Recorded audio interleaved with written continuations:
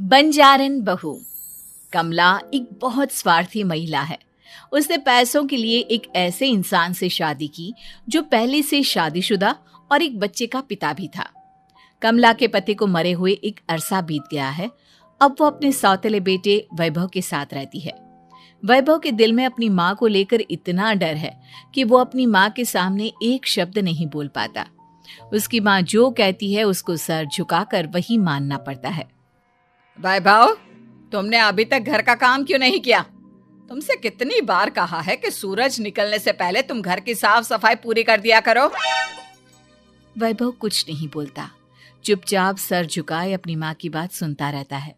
तभी पास में खड़ा नौकर सुखराम कहता है, मालकिन, वैभव बाबा को रात से तेज बुखार है, इसलिए वो सुबह जल्दी उठ नहीं पाए। उनके बदले मैं घर की साफ सफाई कर देता हूँ। इसे कोई बुखार नहीं है। मैं इसे अच्छी तरह से जानती हूँ। ये सब काम न करने के बहाने हैं। सुखराम काका, बोल दो इसे, सारे घर का काम यही करेगा। और इससे समय पर अपना काम पूरा नहीं किया तो इससे आज का खाना भी नहीं मिलेगा। मगर मालकिन, वैभव बाबा की सच में ही तबीयत खराब है, आप एक बार देख तो लीजिए। कमला बिना कुछ बोले वहां से चली गई और बेचारा वैभव तेज बुखार में भी काम करता रहा। कमला वैभव की शादी एक ऐसी लड़की से कराना चाहती थी जो अनपढ़ हो और कमला से इसी तरह डरे जिस तरह वैभव डरता है, ताकि वैभव की सारी जायदाद और धन दौलत उसकी मुट्ठी में रहे। लेकिन आज के जमाने में ऐसी लड़की मिलना मुश्किल है। कमला कार में यही सब कुछ सोचती जा रही थी कि तभी रास्ते में, अरे ड्राइवर, तुमने कार क्यों रोक दी? और ये इतना शोर कैसा? मैडम, आगे कुछ बंजारों का खेल चल रहा है, इसलिए भीड़ लगी है। मैं अभी भीड़ को साइड में करवाकर कार निकालता हूँ। ड्राइवर भीड़ को साइड करके कार निकालने की कोशिश करने लगा कि तभी कमला की नजर रस्सी पर चल रही एक फुलवा नाम की बंजारन पर पड़ी। क्यों ना मैं इस बंजारन की शादी वैभव से करा दूं। ये तो अनपढ़ लग रही है, मेरे पैरों तले दबकर भी रहेगी। मुझे अभी इसके माँ बाप से बात करनी होगी। ये सोचकर कमला ने उन बंजारों से बात की और उन्हें शाम को अपने घर बुलाया। फुलवा के माता पिता वहां उसे लेकर आ गए। उन्होंने इतना आलीशान घर पहले कभी नहीं देखा था। अच्छा हुआ आप लोग आ गए। देखिए, मुझे घुमा फिरा कर बात करने की आदत नहीं है, इसलिए सीधे सीधे मुद्दे पर आती हूँ। मुझे आपकी बेटी बहुत पसंद है। मैं अपने इकलौते बेटे की शादी आपकी बेटी फुलवा से कराना चाहती हूँ।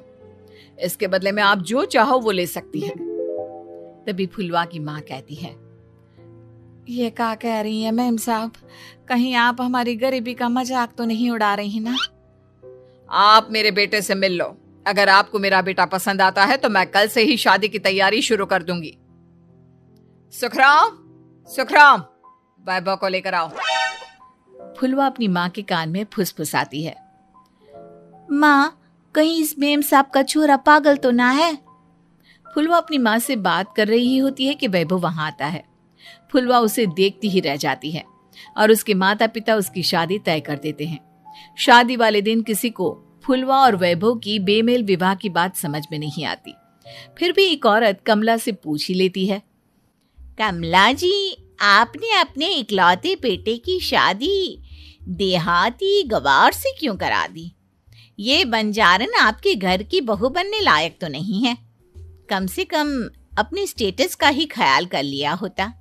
बहू तो अपने टक्कर की लाती, आपने तो बंजारन को ही बहू बना लिया। अब कमला को समझ में नहीं आ रहा था कि इस बात का क्या जवाब दे। वो कुछ देर चुप रही और सोच समझ कर कहती है, बहन जी, आपको तो पता है आजकल के बच्चे किसी की बात कहाँ सुनते हैं। मैं तो अपनी बहू एक पढ़ी लिखी और अपनी सोसाइटी की ही ढूंढ रही थी। लेकिन मेरे बेटे ने मेरे सामने इस बंजारन को लाकर खड़ा कर दिया। बोला कि मैं शादी करूंगा तो इसी से। अब भला मैं क्या करती, मुझे अपने बेटे के सामने झुकना ही पड़ा। कमला की ये बातें सुखराम भी सुन रहा था। उसने ये सारी बातें वैभव को जाकर बता दी। काका, मैं तो फुलवा को जानता भी नहीं, फिर माँ मेरे बारे में झूठ क्यों कह रही है? अरे बेटा, तुम कितने भोले हो, तुम्हें कुछ भी नहीं पता। तुम्हारे पिता अपनी सारी संपत्ति तुम्हारे नाम करके गए हैं। तुम्हारी माँ नहीं चाहती कि यह संपत्ति तुम्हें मिले, इसलिए उन्होंने तुम्हारी अनपढ़ लड़की से शादी करवाई ताकि तुम्हारी तरह वो भी अपने हक के लिए आवाज ना उठा सके। सुखराम काका, मैं क्या करूं, आप ही बताओ। माँ के सामने आते ही मेरे हाथ पैर कांपने लगते हैं। मैं माँ को कुछ भी नहीं कह पाता। वे दोनों बात कर ही रहे थे कि अचानक कमला वहां आ गई। कमला को देखकर दोनों घबरा गए। तुम दोनों फिर कभी बातें कर लेना, अभी फेरों का समय हो गया है, चलो जल्दी आओ। इस तरह फुलवा और वैभव की शादी हो गई। अगले दिन कमला ने फुलवा को बुलाया और उसे नसीहत देने लगी। देख बंजारन, तुझे मैंने अपनी बहू बना तो लिया है, लेकिन तुझे इस घर में आँख कान मुंह बंद करके रहना होगा।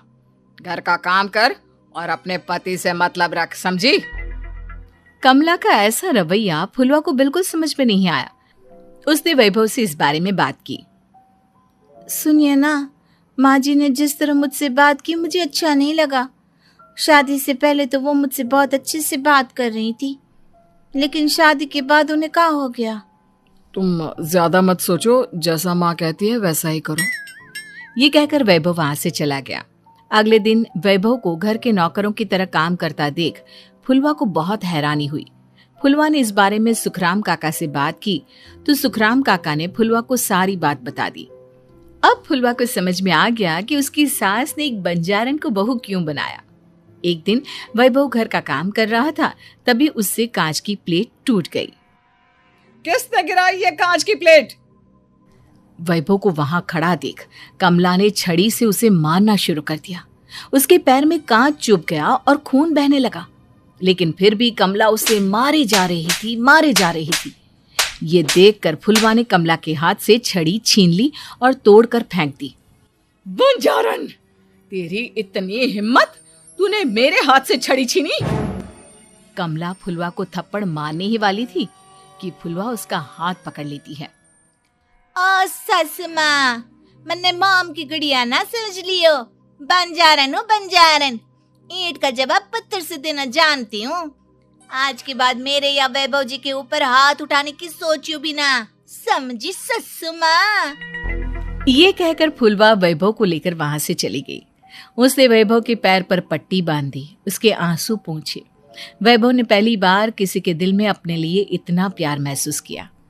अब फुलवा वैभव का हर काम में हाथ बटाती, उसका बहुत ख्याल रखती। इस तरह दोनों बहुत ज्यादा नजदीक आ गए। वहीं दूसरी ओर कमला सारी जायदाद अपने नाम करने की साजिश करने लगी। और एक दिन, वैभव, जल्दी बाहर आओ। कमला की आवाज सुनकर वैभव और फुलवा अपने कमरे से बाहर आ गए। जी माँ, आपने बुलाया? ये ले, इन कागजों पर साइन कर दे। वैभव